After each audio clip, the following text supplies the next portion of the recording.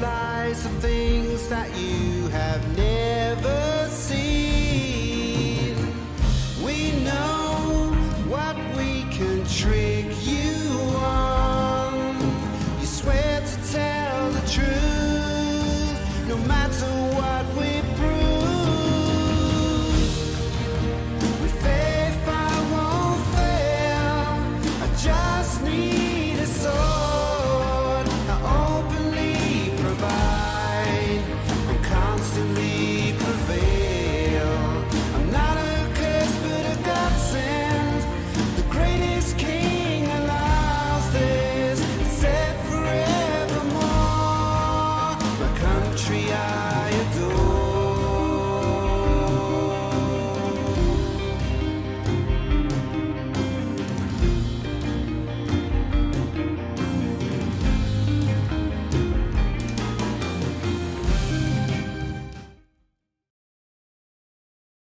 Hello and good evening. Tavern Tales presents Storytime will begin shortly. This is our 7th and final week, and we are starting in on Chapter 4 of our first read-through of our first novel, Chris Ng's Heart and Soul Fist. It has been a massive blessing and a wonderful opportunity to get to put together a full cast presentation of this. This is our full cast event. There are no Tuesdays following this, and we don't have that much story to finish up today. I hope we hit the climax. There's a gorgeous denouement and conclusion leading us to what'll doubtlessly be a second novel, but we'll get into that and more. As I turn things over to Autumn, I remind you all, please stick around afterwards and throw up your questions in YouTube, because we are going to chat with Chris Ng himself at the conclusion of all of this. And without further ado, let me turn things over to Autumn. The spider was something I thought about when I chose the battlefield, but this part of the plan was the last resort. Mostly because I had no idea what the spider was going to do. It seems might not be compared to Krell. Krell might just absorb it and then gain spider powers and really screw me over. Or Krell and the spider might be old friends, and she'll happily tie me up in a web so Krell can go feast on Andrew's energy. Or maybe the spider will fight Krell, which is what I'm hoping for. But I'll settle for a distraction. Just enough time for Krell to not realize that I chased him here. I steal my way into this temple, clinging to the walls and patches of darkness. The room is illuminated by the spider's purple body and the pink-orange glow that Krell is giving off from the flames on his head. The spider clacks. Krell growls and hisses and snaps and roars. At first, I think they're posturing, but now I realize that they're communicating. I don't know how to read turtle or spider body language, but given that they're both looking very menacing, I can tell that they're wary of each other. This is going to be my best shot. I can't wait for them to start fighting, especially since I don't understand what they're saying. I won't know the best moment. I feel something wet on my left hand, and then I realize it's my blood. My left hand is totally mangled. It's cut and swollen, and it looks like I broke at least 2 fingers from my last punch against Krell, but I don't feel a thing other than a dull tingling sensation. I check the rest of my body. I have cuts at various points, though none of them look deep or lethal. I probably have a million bruises, and maybe even a cracked rib. The Guardian Fist is doing too good of a job in keeping me pain-free. I'm going to kill myself here and not even realize I'm doing this. This is exactly what Ivy tried to warn me about. That settles it. I have to take my final strike. Now.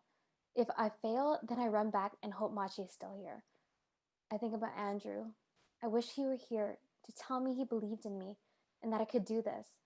But I'm also glad he isn't. He hates spirits so much. He hates his whole life. And yet, it will define him forever. I'm glad I can take on the burden of fighting the spirit. Hopefully I don't die. He would have a hard time dealing with my death. I come to a strange realization while I watch Krell and the spider.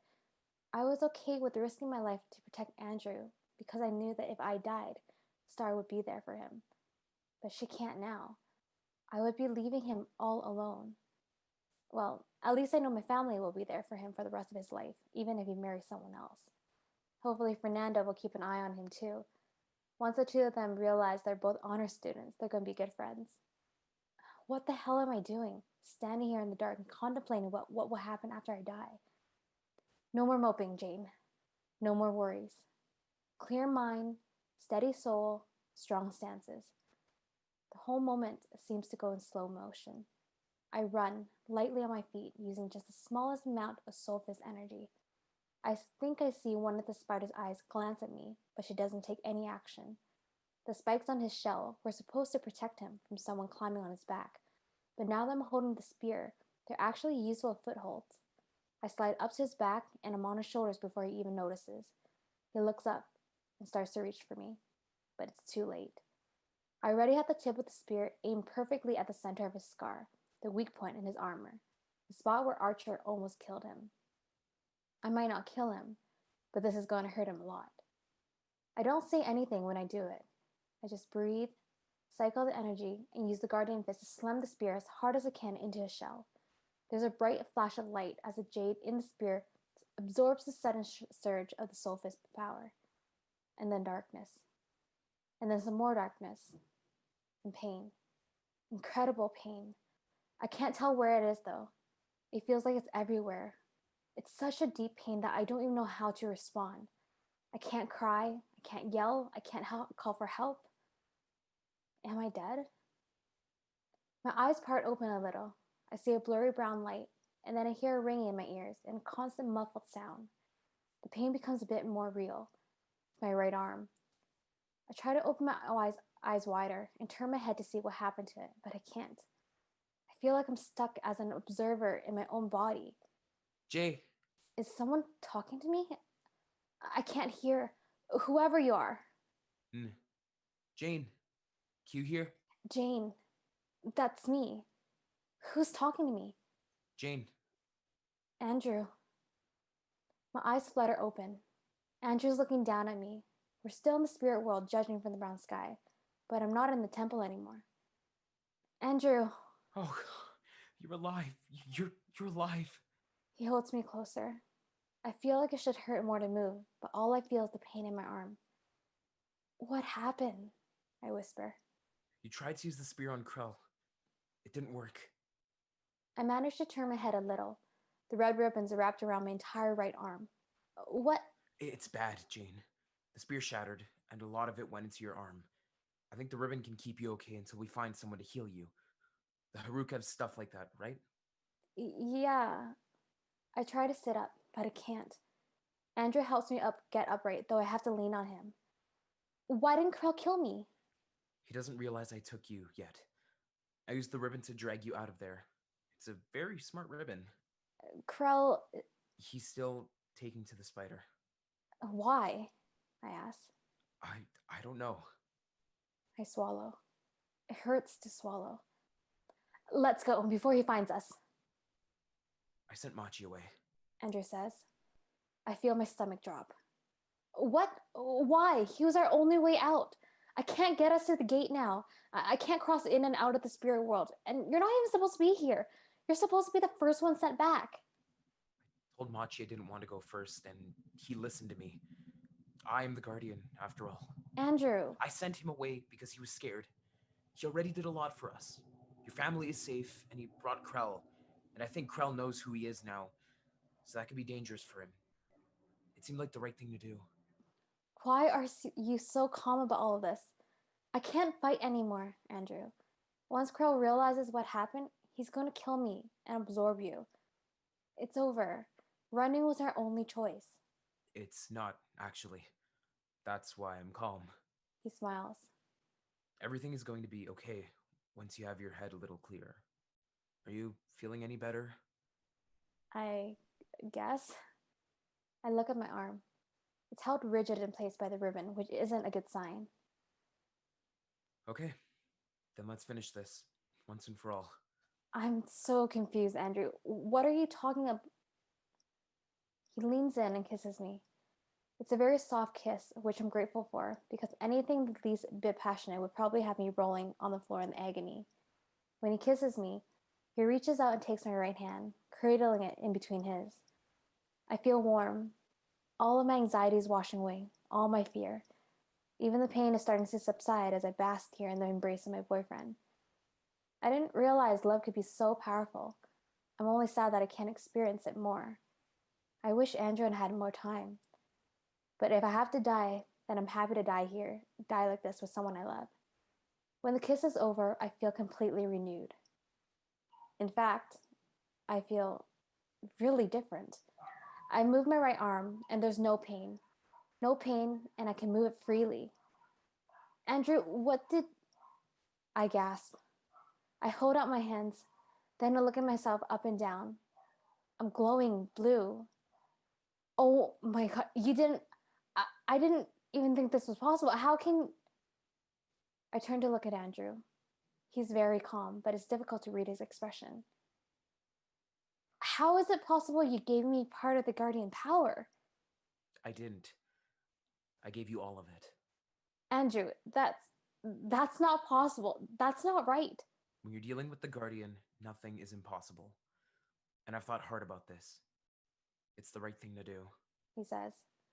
He's smiling brighter than I've ever seen him smile, and tears are glistening in his gorgeous eyes. But the clans, your mom. None of that matters right now. You have something else to handle, don't you? I stand up. I breathe, reaching out for my soulful energy. I feel it. I feel the wheel spinning, the power flowing into my body, unifying physical and spiritually, and just like it has for most of my life. Except now there's something else inside me. It feels like a sun. It feels like peace. It feels like confidence, joy, and contentment. Beautiful and frightening all at once. It feels like it shouldn't be there, like I don't deserve it, or that it's a fragile thing that I'll misuse. It reminds me of when I got a hold of a real sword for the first time. So much power, so much responsibility. I shrug off the ribbon. I have no idea what my arm looked like when Andrew found me, but it looks fine now. Well, except that there are glistening fragments of jade embedded into my skin. My left hand isn't mangled. The minor cuts are gone too, and the major ones don't seem so major anymore. I turn to the temple. Your beliefs are going to get you killed. That's all I'm saying. Says the sultry female voice. I frown. Who the heck is that?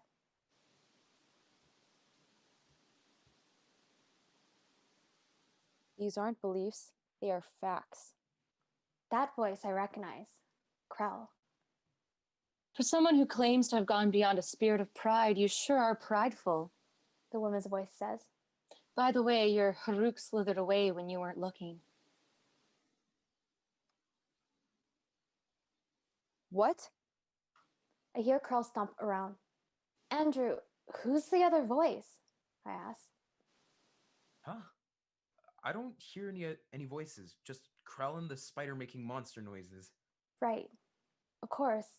The three powers of the Guardian. Communicate with all spirits. Know the location of any spirits nearby.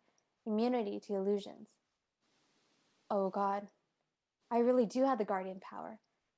Stay here, I say, crackling my knuckles. Whatever you say, Guardian. Andrew says. Don't call me that. I hear Krell sniff the air. Ah, who needs a Haruk girl? Let her crawl off and die. I have what I really want. Show yourself, Guardian. I step into the temple. I let the sun inside me glow brighter and cast a blue light all around me. Krell flinches. What? You? What trickery is this? The spider laughs in her sultry voice. Well, you did want something new. Shut up, Skelline. Krell yells. I think I'll watch from up here. Good luck. The spider says, crawling up her web to the top of the temple. I'm not sure I can trust her. She might not remember me, or this might be a trap. But I can uncannily sense exactly where she is, despite the darkness around her. She won't be catching me off guard. You did it. You stole the Guardian power. Krell says. I didn't steal it. My boyfriend gave it to me. Just a whirl, though. Just long enough to kick your ass and get Star back. He chuckles. Well, at least the odds are fair now. You are new to taking the power of another, so let me warn you, it takes time and practice to understand it. You might have some of the Guardian power, but that doesn't make you a Guardian. Say, Guardian, The spider calls down from above. could you not fight in here? I'd rather not spend all day spinning my webs again. I look up to listen to the spider, and Krell uses the opening to attack. He flares with a bright pink light and creates a perfect copy of my brother's. Each of them is armed with a wickedly sharp sword, and they charge at me with intense hatred and ferocity. These are Morastar's real illusions, and I'm sure that the blades are razor sharp. Except, well, they don't seem real to me now. When the first one gets close enough, I touch it and cancel it.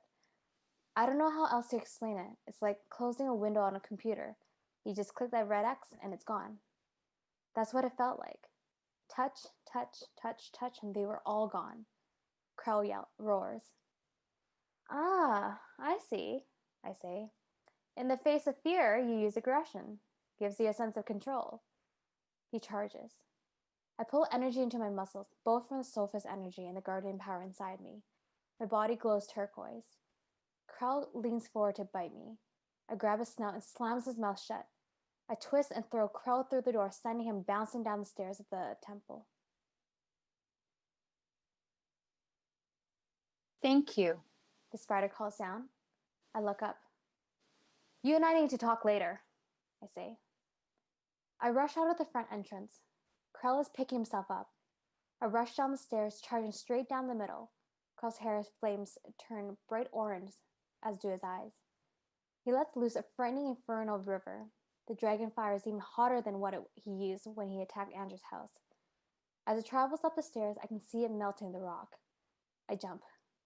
I soar high into the air, above the fire in an arc that will let me land behind him. He chases me with flames, bending backwards until he can't bend any further. Then he spins around and takes a deep breath, preparing another blast of fire. I land and punch his knee. The punch is angled slightly downward so his knee collapses, ruining his balance. I follow up with another punch to his face, and another, and another, and another. Krell raises his hands to defend, and while he's still strong enough to block some of my punches, I just don't feel like I'm trying as hard as I did before. In fact, I don't think I'm trying at all.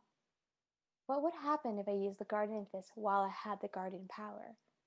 I do the same manipulation of the energy I do with the Soul Fist, though it's a lot harder to stop the flow of the Guardian power inside me. But I manage somehow. I feel my stomach grow nauseous for a second, and I feel the power bursting at the edges of my body again. The jade fragments in my arm glow bright green, and then I let it all out into the front of Krell's chest. The shell cracks. It's not enough to split him apart or anything, but his shell is very visibly cracked from where I hit him. Inky black smoke bleeds from the cracks. Krell stares at his wound in disbelief. You died. I saw you die. I saw that spear explode into your body. I stare at him. This wasn't supposed to happen. You fell for the trap. The scar, it is just a boast. A reminder to all who see me that I battled a guardian and survived. You were not the first to believe it was my weak point, and many have injured or ended themselves trying to exploit it. You were supposed to be the same. He bows his head with his eyes closed. I was supposed to be something new.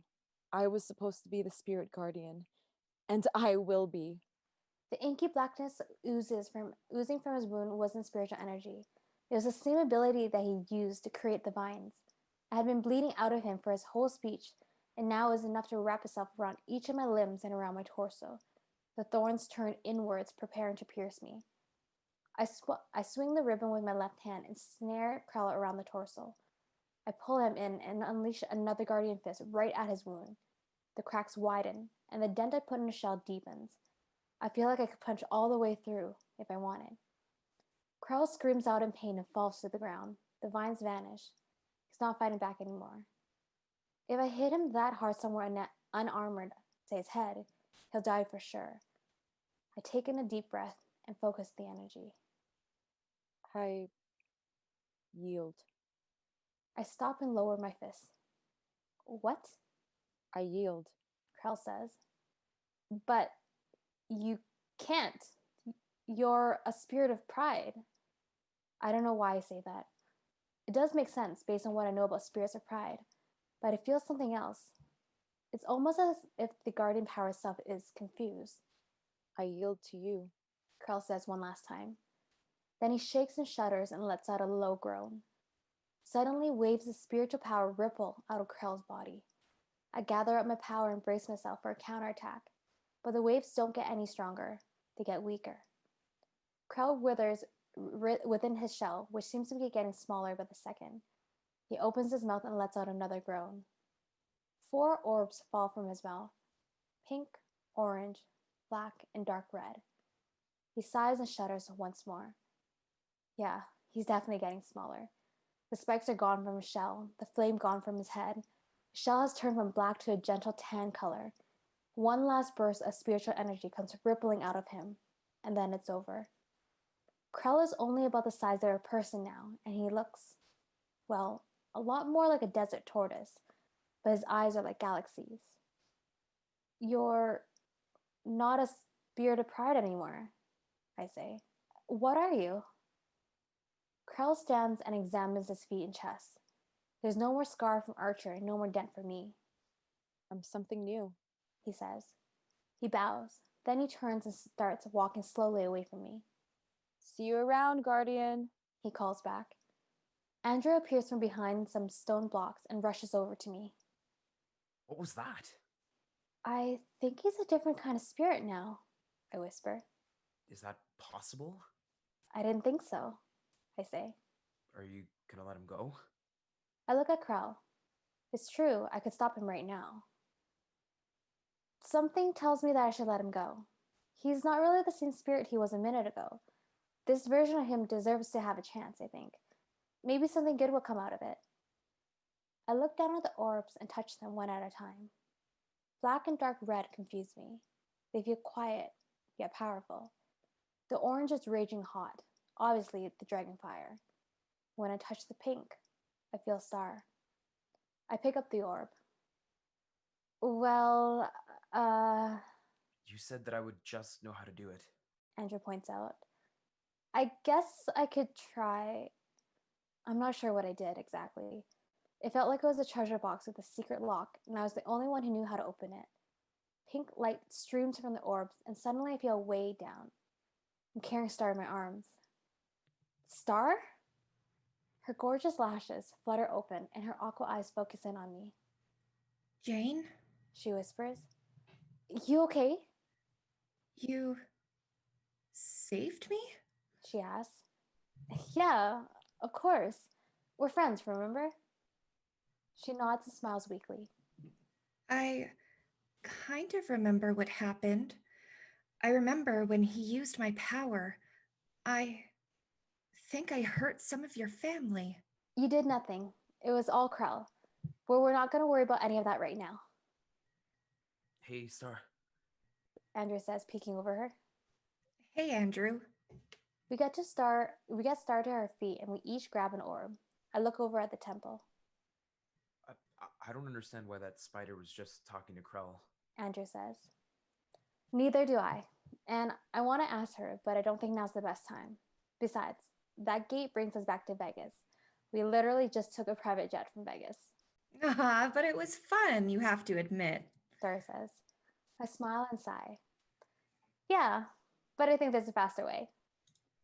I focus on the guardian power and focus on the sensation of being in the clan center, and the world turns inside out.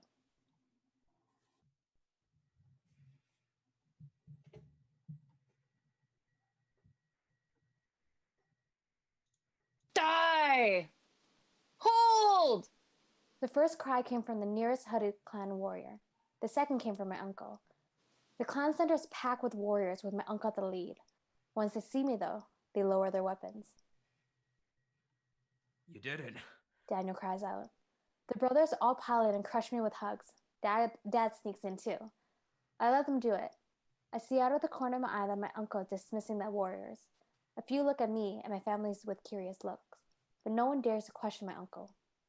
My dad pushes my brothers aside and grabs me by both shoulders, looking me up and down.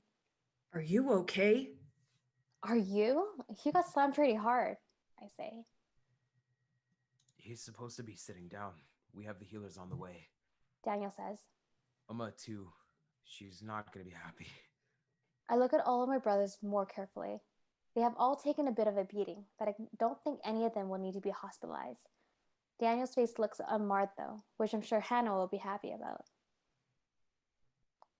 Dad, I need to talk to Uncle Robert. Something sort of happened, and a flash of light fills the room. My brothers and Dad are startled and scramble to find some sort of battle stance. I don't move because I know who it is. I feel it inside me.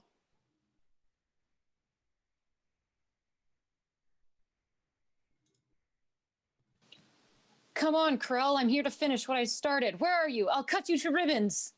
Archer Lee has a long sword brandished above his head. Standing directly behind him is a tall mushroom man with a cello voice. Kinoko-san. Kinoko-san puts a mushroom hand on Archer's shoulder.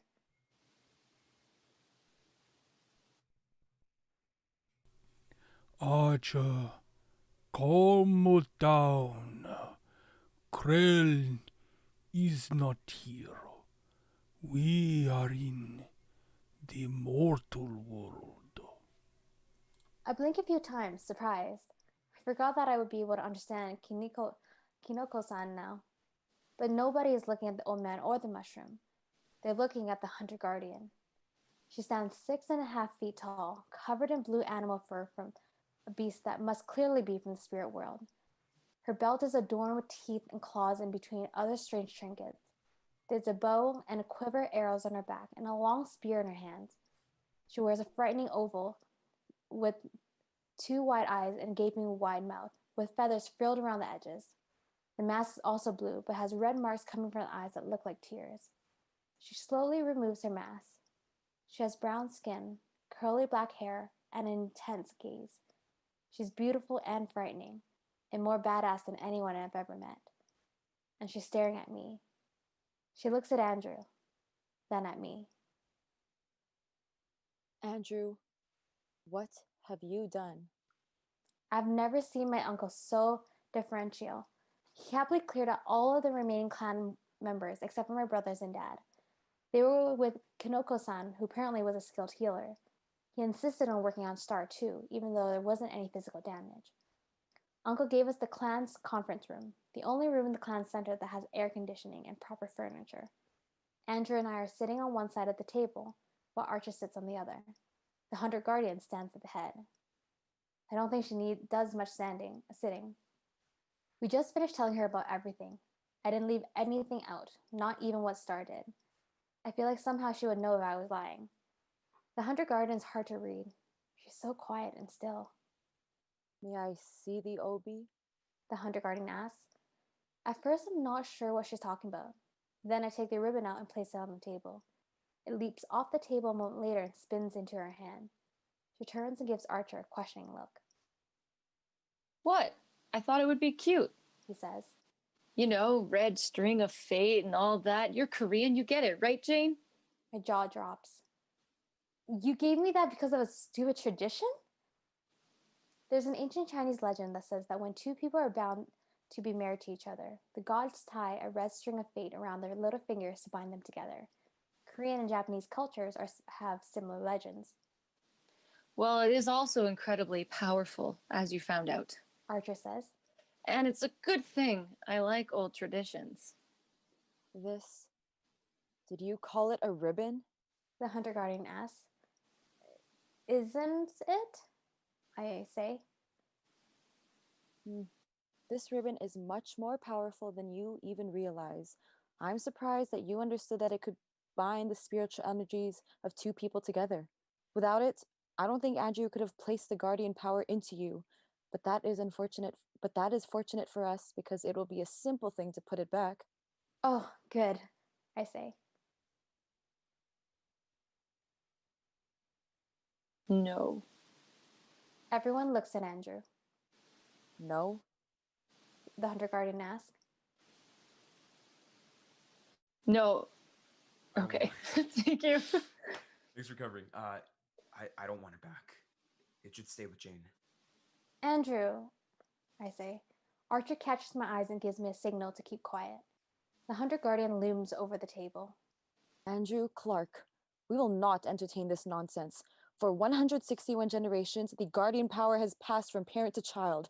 I have indulged in your desire for freedom as best I could. I arranged for you to be married, to be protected so that you could have the life you wanted. But this is too far. You cannot run from your destiny. I'm not running, Mom. Andrew says. He stands up. He's a lot shorter than her, but he stands straight and proud. I've learned a lot about what it means to be the guardian in the last 2 weeks. I've seen on a very small scale what would happen if the guardian wasn't around. And I get it. I do. I've even learned to activate my power a little. I'm not scared of spirits anymore. I actually think they're kind of interesting and I want to learn more. But the truth is, Jane is the person you want to be the guardian. She's strong and kind and clever. She risked herself for me and Star over and over again. She cares about other people's feelings, even when maybe she shouldn't. And she let Krell live. I know you might see that as a weakness, but I don't. He wasn't the same as he was, and Jane saw the wisdom in him in giving him a new start. I don't think I would have come to the same conclusion. He stops and turns to look at me. I mean, if you want to be the guardian, that is. I won't force you. I stare at all of them. Well, what the hell was I supposed to say to that? Of all the questions I had pondered about my life recently, I never thought about would I become the guardian if I give me the chance? Because this is impossible. This sort of thing just isn't supposed to happen. And if I forbid it? The Hunter Guardian says. I have more power than either of you. I could pull it from her and push it into you. Then I'll give it away after you've lost all your power. Andrew says. For the first time since I met her, the Hunter Guardian drops her frightening facade. Her face wilts a little and turns into a look of a mother concerned about her child. She signs and rubs her eyes.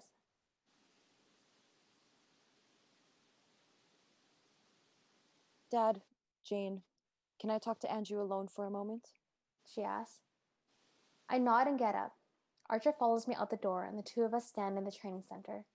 Across the way I can see my brothers in various stages of bandaging, with strange pots bubbling all around. Kinoko-san is hard at work. I'm sorry, I say to Archer. Archer's expression is hard to read, especially with his rugged face. There isn't anything for you to be sorry about. We left Andrew in your care, and you did a magnificent job. You even managed to save your friend. You're an impressive young woman, Jane Choi. Thanks. We stand in silence for a few more moments. Can I ask you a question? Why, were you able to so easily break through Krell's defenses as a partial guardian while I couldn't defeat him in the height of my power? Archer asks. I nod. Perhaps he hadn't gotten stronger over the years, but weaker. Maybe all of the other stolen powers he had were drawing away from his defense. Maybe it's the jade fragments in your arm. Properly treated jade can magnify the power of spiritual energy, you know. Or maybe using the guardian fist happens to be particularly effective on this type of spirit. He looks at me and grins. Maybe you're just stronger than I was. How is that possible? I don't know what I'm doing. You said you unraveled an illusion, converted your friend back from an orb, and then transported yourself over here, right? Those aren't things a guardian just knows how to do. They have to be taught. The fact that you figured it out, well, I don't know what to say about it, really. Remember, guardians have unlimited potential when they first start out. Maybe the guardian power just sees a lot of potential in you. What should I do? I asked in a small voice. I know that's supposed to stay in the family. The guardian of the two worlds is a sacred duty. It should be done by the most qualified person and by someone who wants to do it. It shouldn't stay in the family because of tradition. I've seen the world change too many times in my life, Jane, and I think it's changing again, especially in the spirit world. I told you before that my daughter's abilities were in response to how the world was shifting. Perhaps this is the same thing. Maybe it's time for something new. I shudder. Krell said that. Maybe he isn't wrong. He himself found a new way to exist, and now he's on the path of unlimited possibility. Perhaps it's time for the guardian power to do the same. He turns and puts a hand on my shoulder. If you choose to accept the guardian power, I'll support you the whole way. But I know that's not an easy path. Everything will change for you forever. I nod. I feel happy knowing that Archer thinks I can do it, but I don't know if I can. I don't know if I want to. But don't I? My dream is to be Harukai Juni, to spend all of my time training and protecting the world from spirits. This is the same thing, except with a lot more power and a lot more responsibilities. The door opens. Andrew steps out. Mom wants to talk to you. Are you okay? I ask. He nods, but doesn't meet my eyes. I want to push him to tell me more, but I don't want to keep the Hunter Guardian waiting. I walk in and sit down. I have listened to what Andrew has to say on the matter, and he's right. You demonstrate characteristics that would make you a good guardian, not to mention that some of the things you've managed to do with the power are surprising.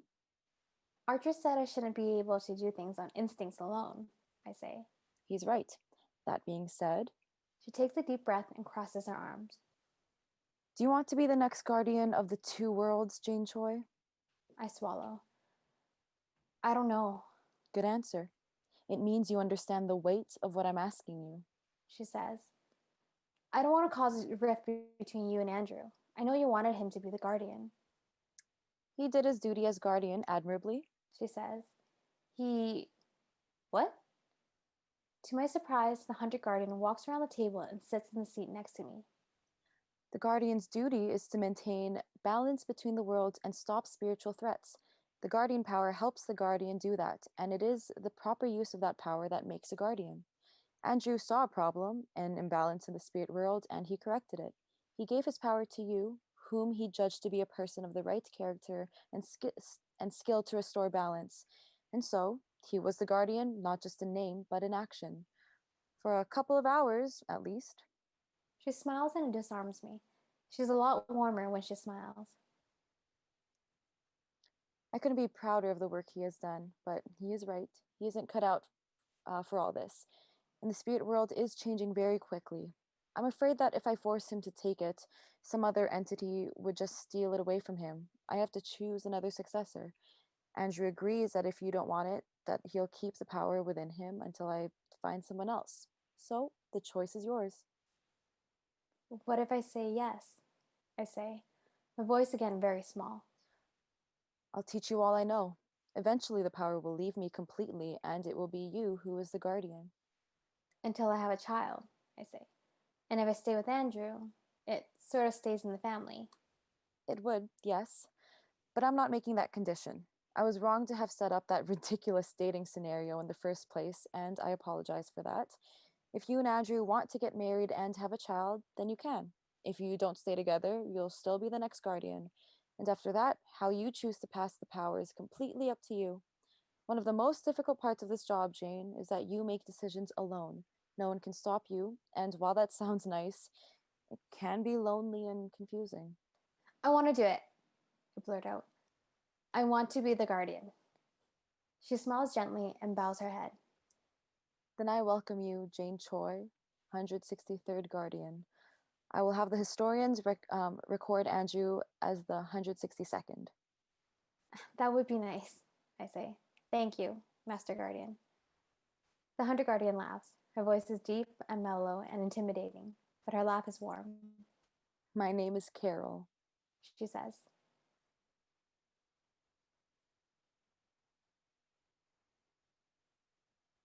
You're crazy. Fernanda says. We're sitting at a lonely lunch table in the corner of the school. One of the benches is broken, so only 2 people can sit at the table. It's a nice setup for a quiet conversation. I'm not, I say. I think this is going to make me happy. I know it'll be hard and dangerous, but I feel really good about it. No, you're not crazy for becoming the Guardian. I get that. You're totally a protector of the world, sacrifice yourself for humanity kind of person. What's crazy is that you're going to be the guardian of the two worlds, and you still came to school. I laugh. I'd miss you otherwise. Besides, I'm not really sure how Carol pays for her life. I mean, does she need to eat? Do the clans pay her in Guardian bucks? Or does Andrew's dad pay for everything? They don't give Superman a paycheck. Fernanda points out. Exactly. He still has to be Clark Kent and get a job. So I guess I gotta finish high school just in case. Or you could just wait for Andrew to get his fancy super job and live off him. While I'm thinking about that, Fernanda smirks at me. God, you're so cute when you think about him. Shut up. Jane Choi, guardian of the two worlds, and haver of a boyfriend. Who would have thought? Yeah. I still want us all to hang out soon. Definitely. Oh, hey, you've been gone a couple of days, so you probably don't know. Tristan's gone. Fernanda says. That doesn't surprise me at all. Probably went back to the hole he crawled out of. Do you think he'll come back now that you're the guardian? No, never. Illusions don't work on me anymore. That'll be the last we see of him. She nods and takes a bite out of her baby carrot. Did you ever find out who was spying on you for Krell? She asks. I figured it must have been Tristan, but we're not sure. My uncle's handling it. Then there is really only one loose end left.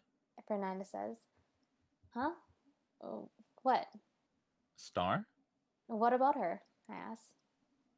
Well, the betrayal, the manipulation? She did it for a good reason. Does Carol see it that way? I have been too scared to broach that subject with Carol, actually. Star offered Andrew and his family to live at her place until they rebuilt their house, and they took her up on it. She can't hate Star that much. In fact, I'm going over after school to help him get settled. You want to come? Do you think we'll get free shoes or get to see some cool celebrities? With Star, you never know. Then I'm in. Star has a beach-style 3-story house with a killer view of the ocean. Wow. So this is what superstar money is like. Fernanda says in a daze. Hey, Jane. Hey, Fernanda. Andrew says, appearing in the living room. The floor plan is entirely open, except for the bar-style counter that separates the living room and the dining room from the kitchen. Andrew's mom and dad, Carol and McAllister, are sitting on a plush red couch, staring at a remote control. There's a massive TV hanging on the wall, and they're trying to figure out how to make it work. Carol isn't clad in hunting furs, but is instead in a pair of sweatpants and stretched out old tank tops. I guess even super spiritual warrior parents are still parents. Where's Star? I ask. He shrugs. I don't know. There was someone waiting for us with a key. Said we could go right in. We just got back a little bit ago from shopping. Had to buy all new clothes. You should have invited me. I could dress you so well. Fernanda says. And actually, you need a look update too, Jane. You can't just keep wearing leggings and track jackets forever.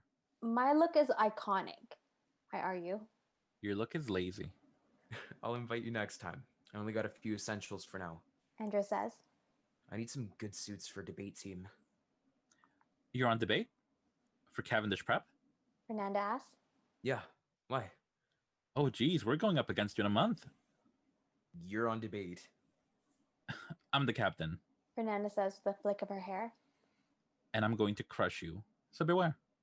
I smile at my two nerds. Anything in the fridge? I ask. Tons of ingredients that we don't know how to use. Andrew says. Good, I'll cook. Nah, it's okay, Jane. We'll order out. This kitchen looks fancy. I want to try it out. Andrew! McAllister calls out. How does the TV work? I'll be there in a second. He says with a sigh. Fernanda and I head over and start rummaging through the cabinets. And then my phone rings. Call ID says Star. Hey, where are you? I ask. Are you guys at the place? Star asks. Yeah, we're here. It's beautiful, Star. Aw, thanks.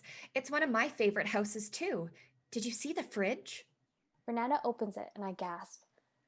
Star, it's like a professional chef refrigerator in here. There's some really expensive ingredients. Oh, good. I told my assistant to get a good shopper. I thought you might have some fun cooking. Thanks. What do you want to eat? I'll make whatever you want. I won't be back for dinner, Jane. Oh, well, okay. I guess I'll have to cook for you later. Jane, I'm not coming back at all. My heart drops into my stomach. I immediately head for the terrace. It's evening and the ocean breeze is strong and chilly. I slide the door closed behind me. What are you saying? What's going on? I'm sorry. I didn't want to tell you on the phone, but I didn't want you to stop me either. I mean, I guess you're the guardian now. You could stop me if you wanted, but it's easier knowing there's distance between us. Why are you doing this? I clutch onto the railing. It's not safe for me to stay there, Jane. If I haven't been exiled from the clan already, I will be. And that's if I'm lucky. There are people who would rather kidnap and imprison me or coerce me into helping them. I can protect you, I say. I know you can, but you shouldn't. You don't understand the nuances of the Arkezi clan yet, but what I did to them was bad. It created a lot of splits within the clan, and people are using my failure as an opportunity to gain power, and I'm sure other clans are looking to strike at them too. It's complete chaos, and people are angry, and they're going to want to direct that anger somewhere. And yeah, you could probably stand there and punch each and every one of them in the face, but you'd be doing incredible damage to yourself. Why? Everyone would know why I was. That's the thing. They wouldn't. Star interrupts. I keep telling you, you have to think like an Arkezi.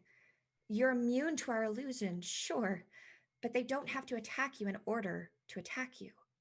You're a Haruk clan member that is suddenly the guardian. There are going to be a lot of people who question that. And where there are questions, the Arkezi love to whisper in people's ears.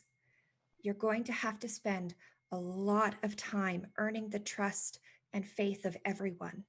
I don't know what to say.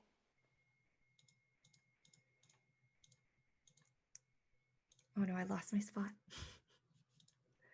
I know, it sucks. A lot.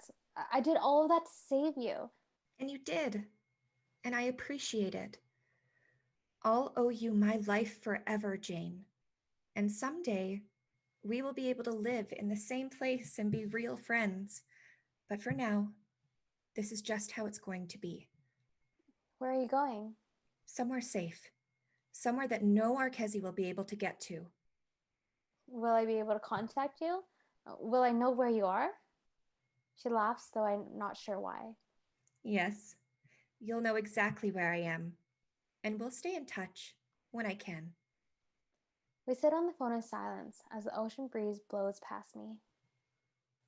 I'm sorry, I say. Don't be. It's all going to be fine. My life is so much better for having met you, Jane. Now, you need to go out and be the best damn guardian that has ever been. I'll do my best. Oh, shoot, Janie, I gotta get going. But tell Andrew bye for me, and that I love him. And I love you. And Andrew can use the house as long as he needs to. I hear someone else talking to her, but I can't make out what they say. Hey, next time we see each other, let's see who has stranger stories. Star says. I hear the beep of the disconnect button, and she's gone. Stranger stories? I wonder what she means by that. Wherever she is, I'm sure it'll be an extraordinary and strange adventure. Of course, I'm the guardian now, so I'll have extraordinary and strange adventures of my own. Fight me for it, I whisper. I go back inside. The story began with a proposal, so it has to end with a wedding. No, not mine, Daniel's. The whole thing was beautiful. The ceremony was at this very expensive country club that Andrew's dad hooked us up with. It started in the evening in this rustic slab wood constructed altar with beautiful white flowers hanging from everything, and dark stone bricks and candles. So many candles. Well, fake candles, but they were the expensive fake ones that look real. I got to be a bridesmaid, which was great, but also awful because the dresses were spaghetti strapped and my new sparkly green arm was extremely visible. It matched the leaf green of the dress, at least, and had been so inspiring to Hannah's friends that they had these cool green stones glued to their skin as we all matched. Now it's party time. The reception is in the dance hall right next to where the ceremony was held. Daniel looks so stupidly happy as he dances with Hannah, who is absolutely stunning in the strapless, slim-form wedding dress. The brothers all look sharp, especially since they were groomsmen, and are doing their best dance moves on the dance floor. Eat. Fernanda orders, shoving a plate at me. She's wearing a lovely blue satin dress and has apparently decided to be my caretaker during the wedding. It's fine, I insist. No, eat. It's good. And you can put your guard down. Hannah is dancing. She doesn't need anything. I take a breath and try to relax. I am kind of hungry. I take the small plate, which has 2 Korean short ribs and 2 pieces of perfect Italian bruschetta. My mom didn't cook any of the food.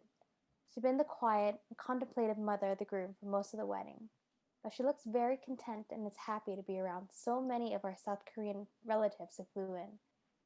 I wonder when she's going to start pestering Daniel about grandkids. Hanging out with the old school Koreans isn't going to help her patience. Sorry, Daniel.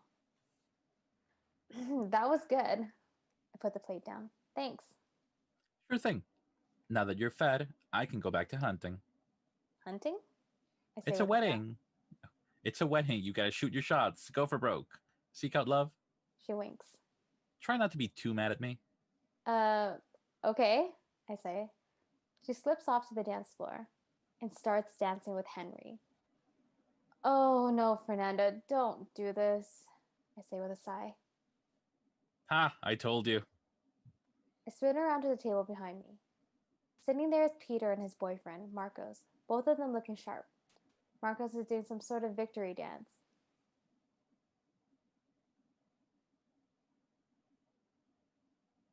I think this is Marcos. I told you that girl was hitting on Henry.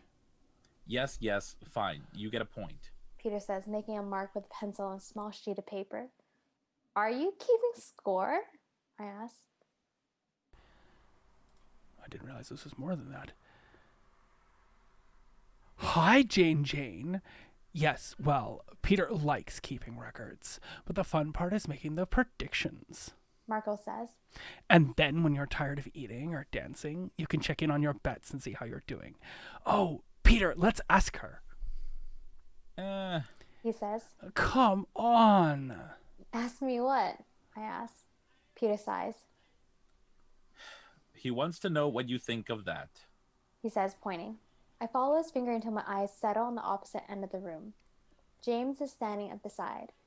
He has Carter in his arms, doing a little dance to the music. Ivy is nearby, holding a plate of food and eating it. Oh, I say. That's totally his kid. Marco Keep it down. Peter scolds. Sorry, but it is, no doubt about it. They look exactly the same.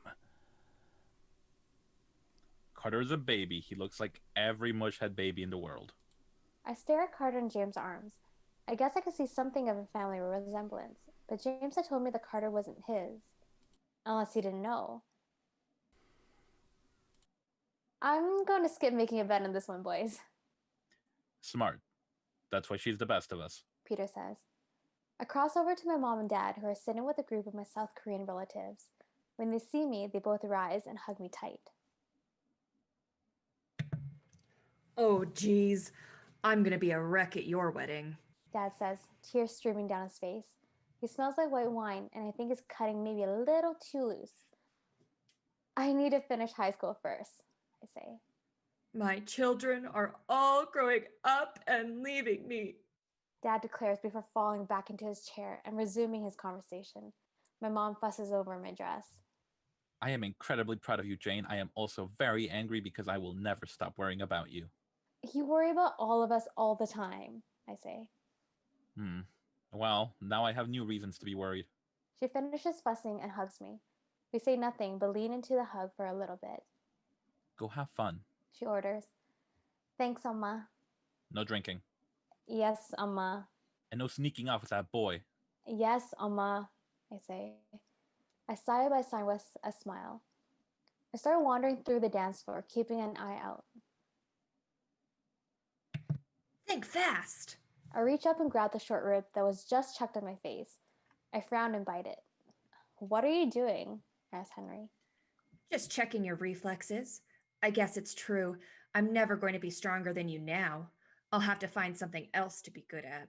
He's joking, but he's also kind of not joking. You know, the Guardian can't do everything. That's literally why the clans exist. The clan still needs really strong warriors. Oh, that's you. You know, the Guardians can't do everything. That's literally why the clans exist. The clans still need really strong warriors and can do a lot for them and for me. And you could probably be a Harukai Juni if you wanted, You're being nice. he says. I'm really not. You're good. We all know it. You're just lazy. But if you can put that aside, I bet you could be one of the greatest warriors in the clan. You really think that? I really hope that. When I'm the Guardian, I'm going to need people I can trust. He's better than family. Henry throws his arms around me in a big hug. I slide the rib bone into one of his pockets. Sucker. Thanks, sis. You're not going to date Fernanda, are you? Uh, Henry, she's my best friend. She is clearly off limits, what? I can't hear you. It's too loud in here. he says, moving away from me. Henry! He motions that he can't hear and disappears into the dance crowd. I turn around and look at the woman standing behind me. Is there some sort of guardian power that makes your brother not an idiot? Carol laughs. She's wearing a lavender dress with a string of tasteful pearls around her toned and powerful neck. She looks, well, not like the Guardian. I think spending time in Star's house and being home with her family has helped her relax a little.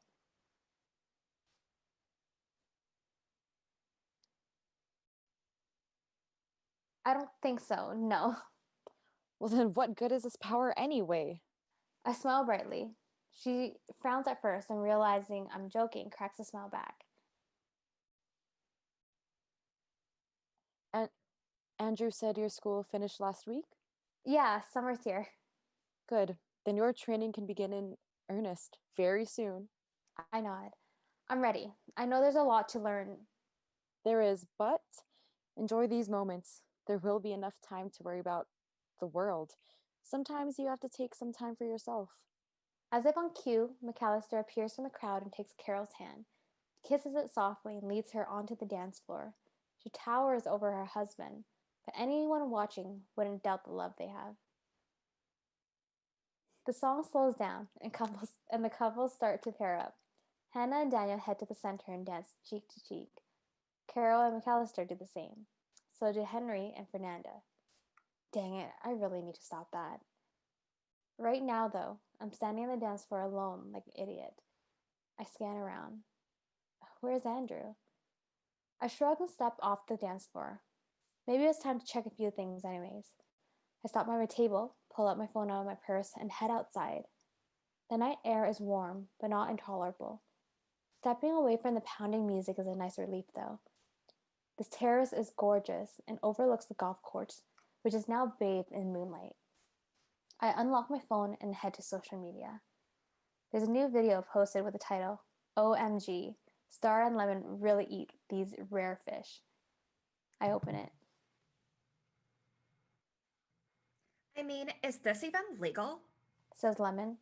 Lemon is short for Lemonade Shade, a young African American singer and rapper who became famous in the last couple of years. Stop being a wimp and eat it. Star says. She spears a fish and tosses it into her mouth. It's pretty good. It's basically sushi. My sushi doesn't swim around. Lemon whines. It used to. Come on, try it. Eep. I laugh.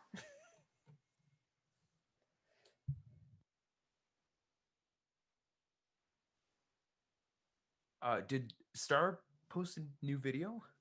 I turn to see Andrew. He's dressed in this really sexy navy blue tuxedo with a metallic blue tie. It matches his glasses and curly hair, which was recently cut into a cool hairstyle rather than the adorable mop head he was when I met him.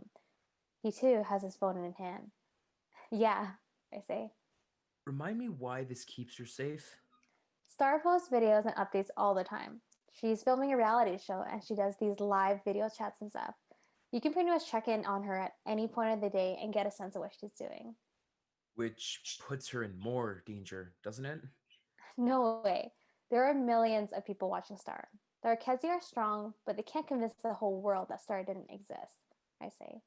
So the world is her protector. Pretty ingenious, if you ask me. I lock my phone. Where have you been? Registering for college classes. He says, showing me the class catalog on his phone. Summer's almost here. Gotta get a jump on it. I take his phone and slide it into his pocket. Then I slide myself into his arms and dance cheek to cheek with him. He figures out what we're doing and falls into a muffled rhythm of the music coming for the reception. Summer classes? You gotta be kidding me, I mutter jokingly. The universities I want to get into are really competitive. Plus, the others at school want me to be a debate captain, and they recruited me for academic decathlon. I'm gonna be pretty busy. No time for me then? You're gonna be training with Mom, Not all the time, and I won't be at school all the time. he says, leaning back to look at me in the eyes. We're gonna have a great summer. I promise. I smile back and lean up to kiss him. You know, it's my birthday next week, I say. What? Really? How come nobody told me? Guess you didn't get a thorough enough file on me, I say. You really get a file guy. Oh, yeah. Then when's my birthday? I think back to the folder Dad gave me. It seems like 10 years have passed since that day, but I can remember one thing from it. Games. Uh-huh. Mine is at the end of the month. Whoa, really? We're almost birthday buddies, Seems like. he says. It's perfect. But everything with you feels perfect. Really does feel perfect. It's strange how normal things seem now. It's only been about 2 months since we fought Krell, and at that time, it seemed like nothing would ever be the same. And I guess it's not the same.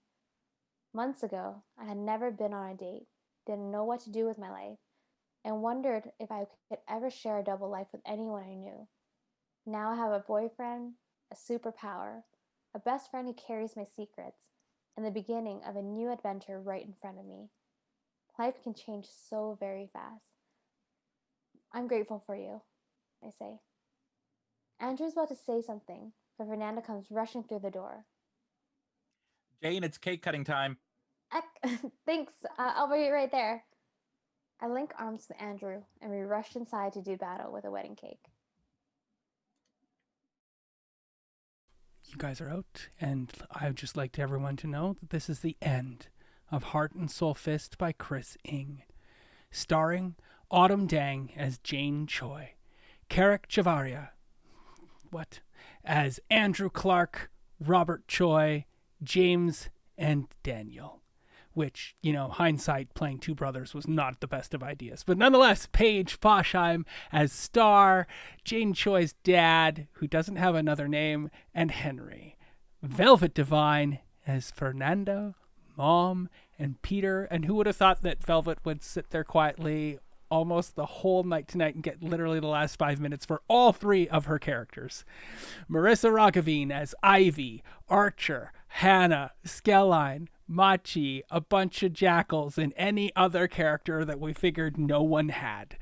And finally, your bad guy, your British dad, the hunter guardian herself, and that evil, terrible boyfriend, Tristan, is Nicole Gapero.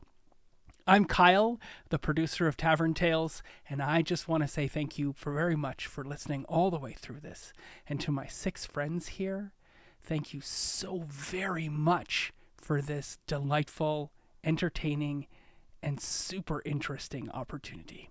Let's take half an hour and ask some questions of our delightful lead and author, the writer of Heart and Soul Fist himself, Chris Ng. Hi, Chris. Hey guys, that was great. I'm crying. Not quite. That would be a little weird to cry about my own book, but that was so amazing. I have no words other than thank you. I haven't been able to hear every single one live, but the ones I have, it's just been like, because it's like it airs right when I'm putting my kids to bed, so I've got one ear pod in, and I'm like, shh, I can't hear. I gotta hear them act it out. It's been such an amazing trip. So thank you all so much, especially since you don't know me, which was probably the craziest thing of the whole part. Was like, I just answered a tweet And then all of a sudden it's like, yeah, okay, we're doing it. I'm like, you guys, you're not gonna read it first. You just gonna trust me. All right, I guess we're doing this. And then I spent the first 3 weeks worrying that like someone's gonna DM me and be like, oh, by the way, we hate this book. We're stopping. This is the worst trash we've ever read. Can't believe that you put this out here. What's wrong with you? This is delightful. It's amazing. And I hope that even our just little reading of it, but that others find it and get to enjoy it just as much as we have. I have some stock questions while everybody else figures out their one question they want to ask either Chris or the whole group or even the audience that's possibly watching this at home. I will go around and ask who everyone's favorite character was. I'll start with Marisa because she made a face. Okay, well, I made a face and then I was like, character to play or character in general? Because my favorite character to play was that one like cheerleader girl that like in that fight. That was fun. I really liked her. With the jacket? Yeah. Yeah. Oh yeah. That was a great, and I just was thrown in there. It was a fun one. But just like overall character, I don't know. I obviously like Jane. She's really cool. Oh no. Oh God, there's too many to choose from. I'm gonna say Andrew. I liked Andrew a lot. Yeah. Cool. He had different thoughts. And I How about liked you, that. Kerrick? Since you played Andrew, who was your favorite character? Oh, oh my goodness. I think if I were to narrow it down to two characters, first of all, Machi, so adorable. Like the first time introduced, I loved Machi to bits. So I'm hoping if this does continue on, we see Machi come back. That'd be cool. But at the same time, I think Carol really just an interesting set of characteristics coming from Carol. So yeah. Yeah, she gets such build up. Hey. And a great accent that kicks in for one line only. Nicole. For McAllister, that was delightful. Nicole, you played Carol. Who was your favorite character? If I were to narrow it down to two as well, I think to play, I think Carol. Yeah, I just like the characteristics and the description. I liked who she was, and then character in general. I feel I really identified with Fernanda. Yeah. Like stuff she would say, I'm like, I'd say that. Yeah, like I'm that friend. Okay, you played Fernanda Velvet. Who was your favorite character? I think the voice definitely Fernanda. She's so much fun. But overall, in general, my favorite has to be Star. Yeah. How could everyone not say that? She's delightful. Because she's played by Paige. So, Paige, who was your favorite? This is really working out well, friends. Paige, who was your favorite? It's good. I'm going to throw it off now. But definitely favorite to play was Star. I really enjoyed reading her. I think my favorite character, though, overall was Krell. And I really liked the development of him. And like he did have some really good ideas about the Guardian Fist and that a change had to come. And so I think it was actually a really good character in the story and it brought so much together. Totally. Well, my favorite character was Jane because everybody else is a great character, but Jane really comes into her own over the course of the entire story. And I don't know if I'd like her as much if she wasn't voice read by Autumn as well and successfully as she was. So, first, thank you, Autumn, for reading us all a novel. And the rest of us all just kind of sat here and listened to you and occasionally would let you get a sip of water, but you never got to leave camera and you were always there for the he says, she whispered, he laughed, right in perfect time. So who was your favorite character, Jane? Autumn. I actually am very curious about Tristan because of just such a twist from beginning to end. So I would have loved to probably play Tristan. Nice. Does anybody have any of their questions ready? I have one that I want to talk to Chris about, but I'll take somebody else's question first if they have it. Yes, Nicole. My question's for Chris. I was just curious what inspired you or why you wanted to write from Jane's perspective.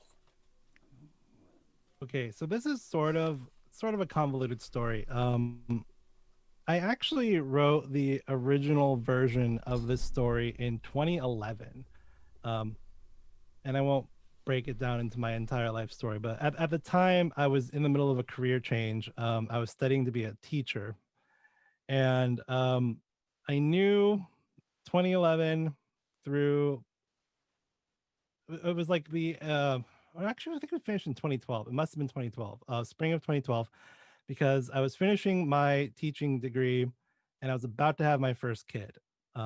And I think this was maybe my 7th or 8th novel that I had written at this point, and I really just wanted to finish it before my son was born. So I kind of cranked through it, and it was not good. Um, it's I think when I talk about the book, I talk a lot about the influences of like Avatar and Legend of Korra, but I think if you are a Persona 4 fan, um, there's a lot of that in there. And in fact, the original story was written from Andrew's perspective, and there were actually 3 girls involved. There was a third girl named Eve, and basically I'd kind of stolen the structure from Persona 4. So Jane was based off Chie, um, Stars based off Rise, and then the third girl, Eve, was based off Yukiko. And that was okay. Like it's written bad. And so that was the last novel I wrote for about 5-6 years. So then I became a teacher and I started a podcast, and then I had kind of quit writing, and I was having a conversation with a student of mine, and I had never told any of my students that I ever wrote anything. And this student I had known for 4 years, and I just kind of said offhandedly, like, well, I've written novels. And she's like, what? And so I gave her one of my old ones. It wasn't this one, it was another one. And she read it and she was like angry at me that I had quit. Like, she's like, you're so good at this. How come you quit? And I was like, okay, sorry, guess I'll write something else. But I hadn't written in a while. And so I kind of went back to the last book I had written, which was this one. And I reread it and I was like, well, okay, it's pretty bad, but there are parts of it that are really good. And I realized that even though it was originally written from Andrew's perspective, Andrew isn't the interesting character. Jane's the interesting character. And so I went back and rewrote it from Jane's perspective, and took out one of the girls because it was too many things going on at the same time. And then just kind of went from there. So I think, it was an exploration for me for a lot of things. I like writing female characters better. I don't know why. It's just a thing about me. And I don't know, Jane just kind of clicked for me. It was a really easy first draft. I think I wrote the first draft in about 23 days. And then it took another 2 years to hash it all out. It was about half the size it is now. So I ended up adding about twice as many words, because I went back and started adding more and more of the personal life. It was originally kind of much more focused on the whole spirit battle thing. And then I had someone review it and they said, like, this is supposed to be partially a love story and I'm not seeing them fall in love. And I went, oh, well, yeah, it's a problem. So a lot of the scenes of the conversations, the dates, like those all kind of got rewritten and added to the original structure of the whole battle thing. And then the original story actually didn't have Jane becoming the Guardian. It actually ended with her and Star helping Andrew activate his powers, but it didn't really feel right because it felt like there was all this buildup for Jane's growth, and then ultimately, like, Andrew saves the day, and I'm like, well, that's weird. Like, it just felt weird for him to come in and steal a thunder, and so I had to rewrite the ending too. That was a lot of answer for one question. I'm sorry. That's perfectly fine. I want to interrupt though, or come back to one thing. You said that you changed it to Jane because Andrew wasn't interesting. And I don't think that's fair because Andrew is very interesting. It's just that he's not an active participant in his own story. And so I can see why having Jane be the narrator would be a lot more effective than having Andrew be the narrator and then just narrating how a manic pixie dream girl then takes over and makes his life better. It's so much better from Jane's perspective, and you get to see her hesitation and her doubt, which Andrew might not actually get to see. So, Yeah, I agree. That's a good point. He's an interesting character for sure. He's just not an active participant in his own life. And he's way better now. Like in the original version, he was even worse. Like he was just like anime protagonist B in a harem. Like it was so bad. You guys, you have no idea how bad it was. That's why drafts work really well. Who else has a question? We're one down. Does nobody want to be next? Velvet, go for it. I guess I wanted to ask, what inspirations did you draw from as far as how you designed the Choi family? And also just noting that when we did start, like session 1 or 2, I did get like mad Rise vibes from Star. So I'm glad to see that I wasn't just projecting. No, yeah, she's definitely Rise. The family, I think, ended up being really important to me, and just really interesting. I think partly because I have a big family. I have 4 kids, and so I didn't grow up in that kind of family, but I just thought it was interesting that Jane would have such a large oppressive family around her. This is kind of weird. I always have a hard time talking about this because I worry it doesn't come across right, but I'm biracial, right? So I'm half Asian, half white, and when you are biracial, especially when you look as white as I do, you struggle a lot with like what your identity and your place is like in society. There are times where I don't really feel Asian, and because most people don't treat me like that. And so I think really delving into an Asian family was something I was trying to sort of work out for myself a little bit. And it's, there's snippets of my family in there. There's snippets of my wife's family in there because she comes from a pretty big family. There's, all sorts of friends and things like that. Jane being the youngest is specifically designed after my wife though, because she's the youngest of 3. And so and there's kind of a gap between her and her brothers. And so that constant feeling of like being the last one, being left behind, like that came from her experience a lot.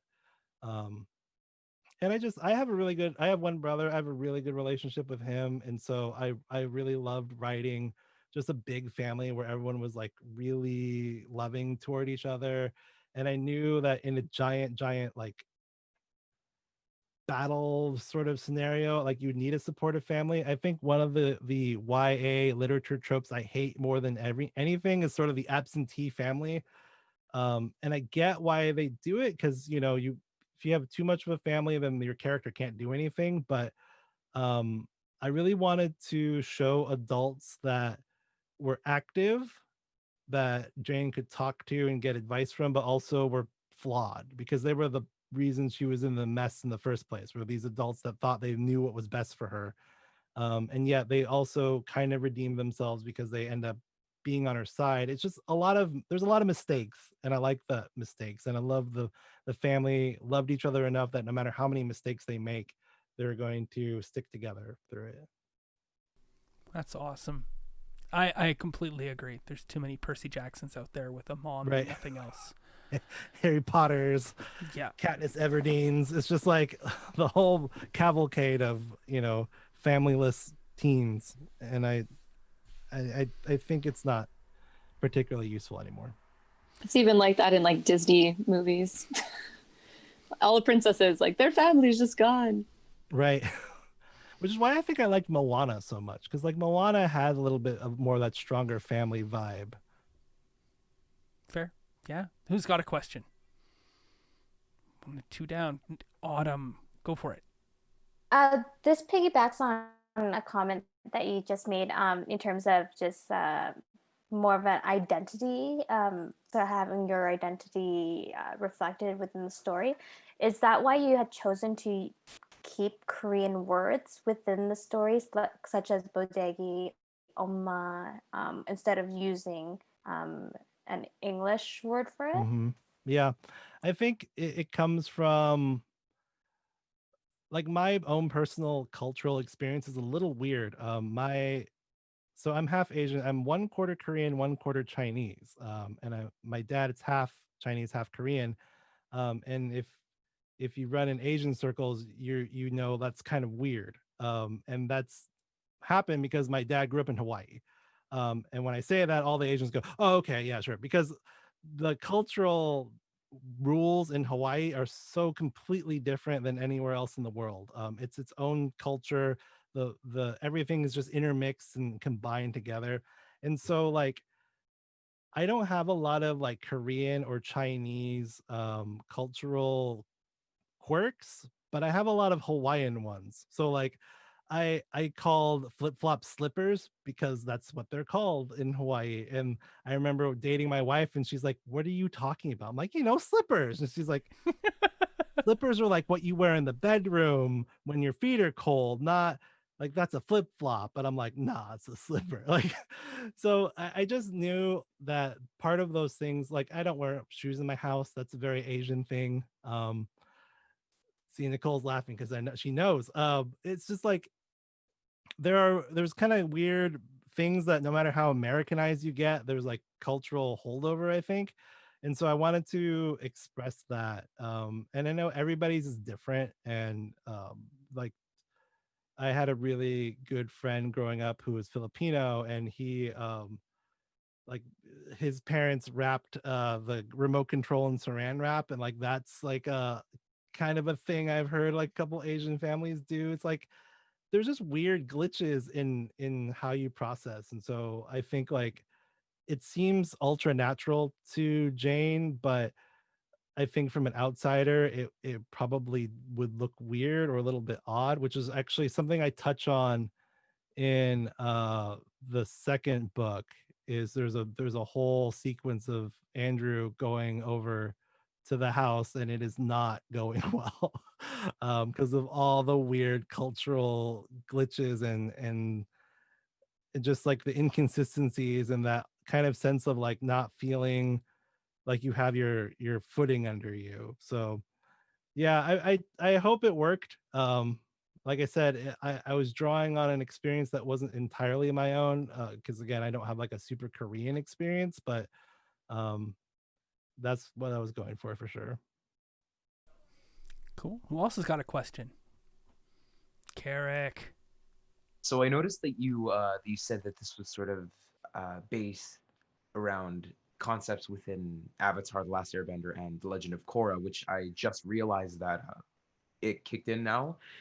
So I guess I was wondering, in terms of creative writing or trying to implement external resources for, I guess, your own project, what's a good way to go about trying to use a concept without having to make it seem like you're sort of stealing a concept, because you have created it so well and this universe is just fantastic and Oh, well, thank I you. fell in love with it, but without having that the constant nagging of oh, that was my idea originally, right? I think and that's something everybody struggles with. Once you realize everything's been done, I think you can just kind of give up and just say, well, whatever, I don't care. Like call me out on it, fine. I think there's a couple of I think it's for me, I try to sort of take things that I really love to use as the base because um part of it is me trying to figure out why I really love them. Um Persona 4, when I played it, was like such a revolutionary experience for me. But I didn't understand why it was so revolutionary for me. Like I didn't get why it affected me so much. So part of me writing this out was me trying to figure out, like, taking apart the pieces and figuring out what pieces I really loved. And then so that I could understand my own voice better. My college degree is actually in jazz saxophone. I've had a weird life. And so one of the things you learn in jazz is you know I heard a really good example of this one time. And in jazz, there's a lot of improvised parts of it, right? So you play the song and you make stuff up. And somebody said, well, when you hear Bill Evans play the same sort of licks and ideas over and over again, you don't go, oh, Bill Evans playing the same thing over and over again. You go, oh, look, it's a Bill Evans sound. Like that's becomes your voice. And so for me, like I really have spent a lot of maybe the last 5 or 6 years trying to pull things that I love and then figuring out, how do I mix that and make it my own. I personally think Avatar: The Last Airbender is perfect. I don't think there's one thing wrong with it. um I think I love The Legend of Korra. I might like Korra a little bit more as an avatar, and I know that puts me at odds with like 90% of the fandom, but Oh no, you have my support there. I just awesome. it's horrifying. um, and I think, yeah, there is that fear. In fact, now that Korra's back on Netflix, I was rewatching part of it, and there were parts I had forgotten were in Korra, and I was like, ooh, I kind of just ripped that off kind of Oh, wholesale. you're kind of, that was unfair, Chris. Almost all of us except for Velvet are in Canada, and Cora is not on Oh, Netflix in no. Canada. Yeah, no, I had to So- stream it illegally. I so am deprived. I have not seen it yet. Oh, So, well, I mean, thanks at for least that. you have Miyazaki on Netflix, so at That's least true. you've got that going. We're good for you. there. Who else has a question? Marissa, you got your question. Mine's a little more abstract, but if you had to take just the main characters and define them into like one word or one image, how would you define them? I think Jane is all about determination. She doesn't always get it fast, but she gets there eventually. And I think it's her unwillingness to give up that really defines her. Andrew, I think it's anxiety. I played a lot with the concept of anxiety with Andrew because I have my son suffers from anxiety, my wife has some anxiety, and I felt like it was time for a romantic lead to have some anxiety issues. And I think I tried to really show like the positives and the negatives of it. I mean, the negatives was that it held him back with a lot of fear, but the positives was that it helped him think about solutions very thoroughly and just like very quickly in a way that people who don't have anxiety don't have. I mean, I have a lot of friends with anxiety that kind of have learned to channel it as a superpower, like, okay, I might think about this obsessively, but what if I channel that obsessive thinking into something productive? So Fernanda is just supposed to be the best friend everybody wants. Krell, I tried really hard. I have a really hard time with villains. I worked really hard on Krell. I think he's probably based most off of one of the Korra villains, Zahir. I think he was like the biggest influence for me. I wanted a villain with a point of view that you might be like, well, you know what, you're not fully wrong. Dad is all about sort of being like, he's really well intentioned, but he's kind of spineless.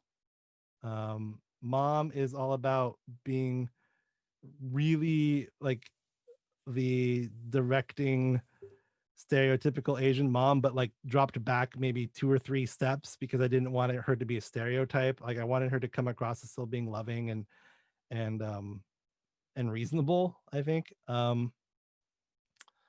Star, I think, is the hardest character and the one that I worry the most about when people read, because I think people could come across the whole thing and be like, well, she was a liar, she manipulated things, like Jane's making a mistake and giving her a second chance, she's toxic, she should be cut out. And if people take that, I would accept that interpretation, but I really tried to make her, it's like she's doing the best that she knows how with the tools she has in the environment she grew up in. And that's a really complicated thing to try to portray through a pop star. but I think I worry the most about how Star's received by readers. She's the one I worry the most about because I love her. I love Star so much, but I worry about how people respond to her. Did our recording change how you see the novel at all? It did. I was writing, so I wrote the sequel during like late June through July. And so obviously you guys were performing it, and it was in particular Kerrick's portrayal of Andrew actually shifted how I heard Andrew's voice in my head. It actually like the way Kerrick did it was so resonant to me. I'm like, yeah, you know what? That's how Andrew talks now. Like that's just his voice. Oh my gosh. But I think it's really interesting. And I was talking to Kyle, we have a mutual friend, Leslie. And I was like, it's weird because like they're not doing it exactly the way it was in my head. And she's like, well, once you've published it, it's out. It's not your control anymore, you know? So it was really fun to see the different interpretations. And even if it wasn't the way I would have done it, I still thought it was amazing. And I thought it was a really good lesson for me to learn in like, wow, like things can be interpreted differently. I apologize to Autumn for some of those long sentences. They were too long and I have to go back and add some semicolons or something. And I think I need to clarify my dialogue tags just a little bit. It's not a script. People reading at home will be easily able to flip back and forth. I know, but I feel like, I think writing is communication, and communication's hard. And so for me, like trying to get things as clear as possible is always the struggle. One that was hard for sorry, Kyle. No, go for it. I was just going to say that we had no idea who Tristan was, which would be great if we were just reading it as a novel, but because we needed someone to say the lines, we were like, who the heck is this character? Right. And it was hard because I didn't want to give away too much when I gave you guys the character list. Yeah. Because the twist with Tristan is like really the only twist in there. And it kind of sneaks up on you, and I didn't want to ruin it. So it's a nice double twist, though, because first you don't realize that that's Tristan, and then you realize that there's no Tristan. Right. And that's pretty well done. You don't see that very often. Well, thank you. That's the only other part of the book I worry too, is like I worry people will read how like flaky Jane is, obviously under the control of Tristan's power, like. I worry people are going to read them and be like, oh, well, this girl's totally unrealistic. Like she seems like one way. And then as soon as she's around the hot guy, like she turns into like this pile of mush. And then there's obviously like an explanation for it, but it's so late. But it doesn't seem unbelievable in the moment either. So I never questioned. Hands up, did you question Jane's attraction to Tristan? And her dual interest? No, it was perfectly believable the whole way through. Good. I also want to say Kerrick may have changed how you view Andrew, but I don't think I can picture Star as anyone other than Paige, because she's like Star in real life. So no, I love Paige's Star too. Minus the blonde hair and the aqua eyes. Fair. And the like gigantic pile of fancy shoes. I don't know if that one's that far off. Yeah. Paige, you haven't asked a question yet. I haven't. I guess while we're talking about characters, what was your favorite character to develop and create a personality for?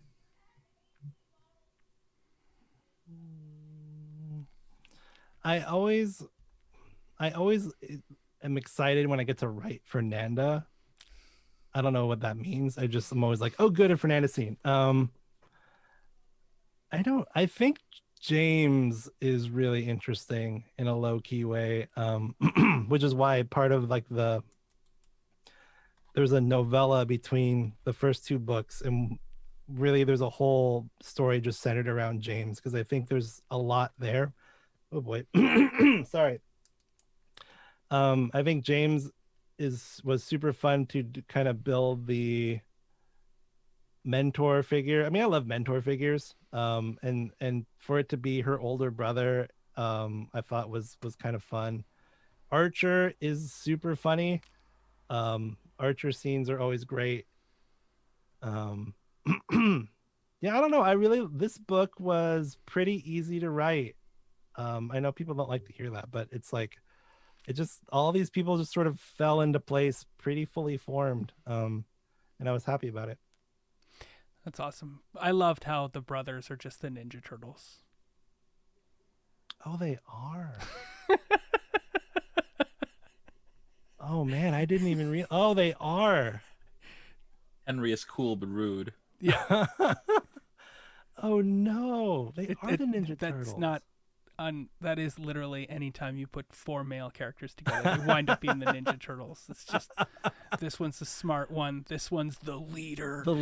This one's the edgy, upset one, and this one's the happy-go-lucky, everybody loves me. So it's just that's funny. There's nothing you can do about it. I have 3 younger brothers, and we are the Ninja Turtles. So it just happens. Not everything ends in death, and that is not a story we're told very often. And the way you ended the book today really brought a big swell in my chest, because I want to see more happen in this motif, that redemption and forgiveness does not require death. And we get way too many stories in popular fiction and popular media of redemption through death. And you did not do that with Krell. What prompted you to break with so many traditions in doing that? I take my writing very seriously in terms of audience. As I mentioned, I was a teacher. I'm an assistant principal now, which means it's whatever. But as a teacher, I cared a lot about my students, and I thought about them a lot while I was writing this. Like sometimes, in general, just teenagers, and sometimes very specific people who I could have if this person was reading it, what message do I need them to take? And so I even though it's sort of like a fun YA fantasy romance, I really work on creating very subtle messages. So like the fact that there's so many scenes where people actually sit down and communicate, even when it's hard and awkward, like that was very intentional. I really wanted to have that example, because it's a terrible romance trope. It's like, oh, you said the wrong thing and now we're not talking, and now no, things only happen when you communicate, or when you reach out for help, or when you admit that you're wrong. And so I think even in the original version, Krell didn't die. In the original version, Krell was turned into an egg, and given the chance to hatch and be reborn, because in the original version, Machi's character was actually a very old turtle that could send him back and forth between the spirit world, and it was actually Krell's father. And so Krell's father felt like he wanted to contribute to stopping Krell, and instead of destroying him, they made him a baby so that he could have another shot. And then I don't know, this time, because I think I have different ideas about what I want Krell to do in the future, maybe I didn't revert him all the way back to egg form, but I think that's definitely an Avatar thing. I mean, that was such a key sticking point for the last 3 episodes, and that really moved me too. The same reason, it's like, well, yeah, you're supposed to kill the bad guy, and there's not any more of a mustache twirling pure evil villain than Fire Lord Ozai. There's not one redeeming factor about him, and yet Aang is not going to kill him, even though everyone would be okay with it. Even Ozai would have understood it as he was dying and be like, yeah, I get it, I deserve it. but I don't know. I think the world is complicated, and I think showing a little mercy doesn't hurt. And I think especially down here in America, everything is so divided and so polarized, and it's hard to have conversations with nuance in them about your beliefs and your desires. And um I just think that promoting a story that will encourage not finality, but room for growth and stuff is just an important thing for me right now. Well, a book begins with a wedding betrothal and ends with a wedding itself. There's a wedding red ribbon that's tied the entire book all the way through. But this is obviously not the end of Jane Choi's story. Tease us up. What happens? What can you tell us about what happens next? Sure. Well, there's a bonus novella that I use to try to get people to sign up for the newsletter, because that's the author thing to do, I guess. But if you guys want it, I'll just send it to you. It is like it's basically three stories. There's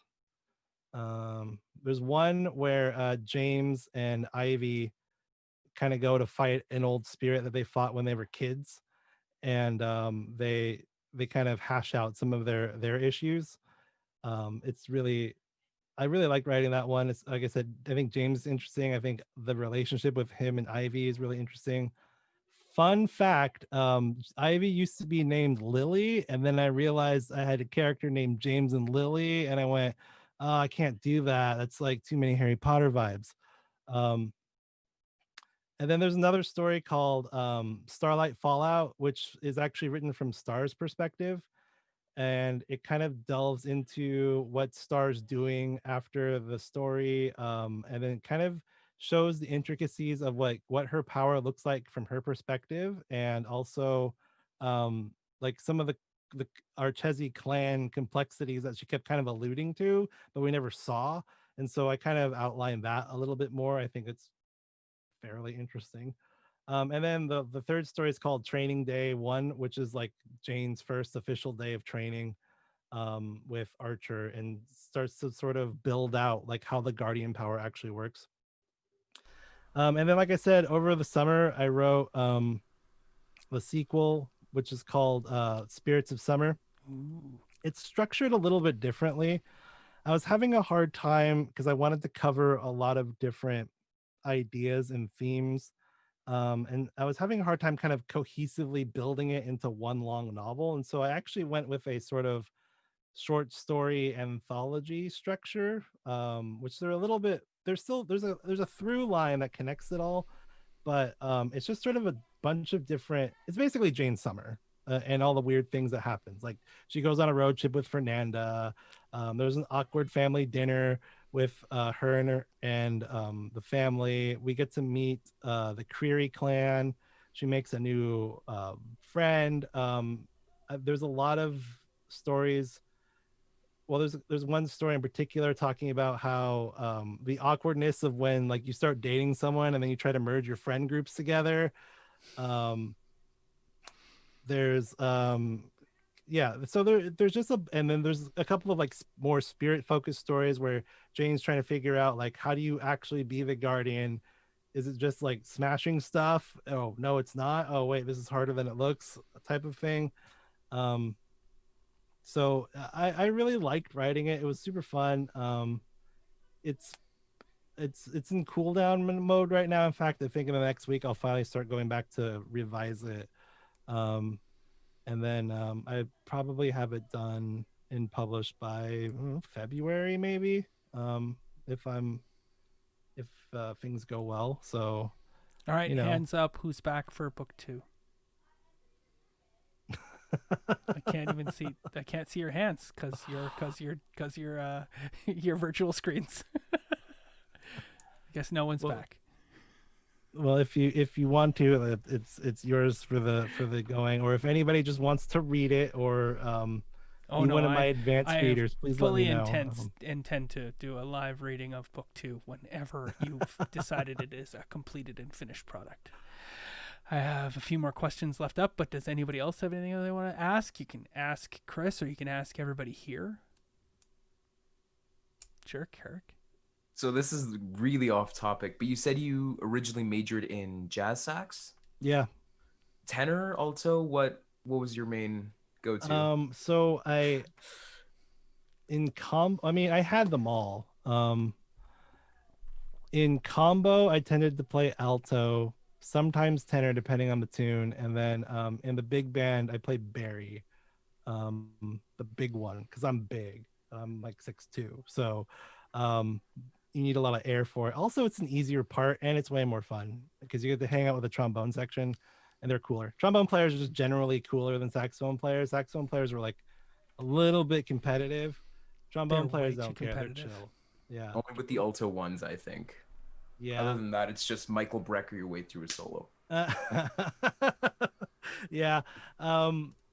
Yeah, I was not quite good enough to actually make. Well, there was a combination of things. I wasn't really that talented at it. I think I'm smart, and so I figured out how to be smart through music.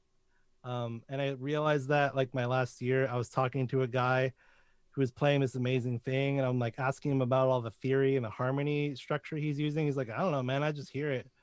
And I realized I'm like, ah, crap, I don't have enough talent. Like this guy just does it. And here I am like trying to have to learn all this stuff. And it was also, I graduated college in 2005. So that's 4 years after 9/11. So the economy hadn't fixed itself. It's when iTunes had destroyed the record industry. And literally like the music industry was in free fall. There was no money to be made anywhere. And so I actually got a job working at music publishing, and then 3 years later was the 2008 recession, and that was miserable. So music and I were just not meant to be. It's okay, we got a novel out of you instead. Anybody else have another question? Not even for each other? Okay. All right. There's 3 other orbs. You left them hanging. Do they get resolved in the next book? Are those just like, what's going on with the other orbs? Not the next book. I'm putting those in the pocket. Wow. I got plans for them. Okay. That works for me. I just really want to know what happened to those other people. Well, that's great. So Krell was a turtle and a spirit of pride. Did that have anything to do with the tortoise and the hare? Anything to do with, like, I understand the turtle has a big shell, but a turtle as a spirit of pride was a strange metamorphosis choice. It works so well in the end when he can flip on his back and kick people. And also the fact that the Ninja Turtles are Jane's brothers. So it all plays out together really well. But what prompted the Krell, the big bad guy, being a mean old angry turtle? Laziness. He was a turtle in the first version, because he wasn't the main villain in the first version. He was just like one of the guys you fought, right? And so I just didn't bother changing him when when I said, okay, Krell's the main villain now. You just stay a turtle. You just, everything you got going on is great. He's basically Bowser. Also, I think I was really heavily in the first rewrite version. The structure is very heavily influenced on Kung Fu Panda 3. And if you've seen that movie, like it's the villain is a giant ox voiced by J.K. Simmons, and I think that's the voice of Krell in my head. And it's kind of that same vibe, like all powerful, completely determined, lots of pride in who he is and what feels like he should be. I think Nicole actually really captured that super, super well. In all the Krell voice. I was like, oh geez, that's scary. Yes. Forgetting that I had written it, I was like, wow, that's scary. Especially since Nicole's so unassuming and soft spoken. And then to see Krell come out I picture Krell with the same sort of J.K. Simmons drumline sort of style character. I can't remember what the movie's called, where he just basically assaults the young drummer kid Whiplash? the whole movie. Yeah, Whiplash. basically in Yeah. Whiplash. And I was then, just gonna say that. And then she reads him as this like somber, steady, very I know what I want and I'm gonna get it voice. It's, to me, that's scary when people are like Whew. steady and know exactly what they're gonna say. Yeah, I think that's that too, because especially like he's getting beaten up, and he's like, I don't care, well, whatever, just keep hitting me, I don't care, you're not hurting me. Yeah, he was definitely emotionally in control more than I had expected him to be, but it was great. It was choice.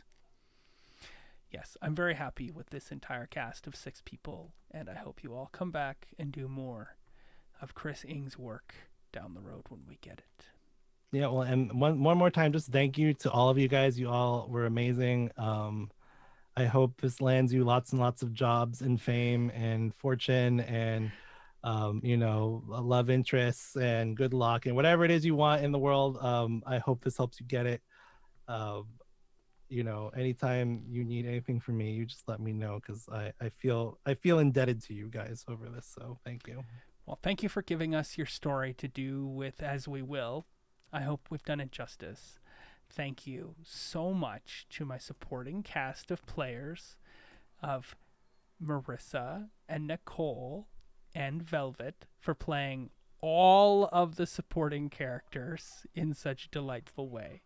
Thank you to Kerrick and Paige for really showing us just how powerful second characters to the lead can be, and how cool and wonderful their story was. How we get to see Star, who doesn't change too much within the story, still show more depth of character than we ever possibly expected when we first met her. And we see the growth of Andrew going from someone who doesn't know what he wants at all to someone who knows what he wants and figures out his own way of getting it. And then I cannot offer more thanks than I could possibly to Autumn for having read Jane for 7 weeks for over 10 hours of Jane Choi in our ear night after night with like 0 mistakes. The only time there were really any big burbles is when somebody else didn't come in on their line in time. I'm looking at all of you that are not Autumn and myself last week. So, from all of us to all of you, thank you so much for listening, and stay tuned. We'll have more to come, because this is the time of COVID, and what else are we going to do? It's not like we get to leave our homes. That's it from me. Have a great night, everyone.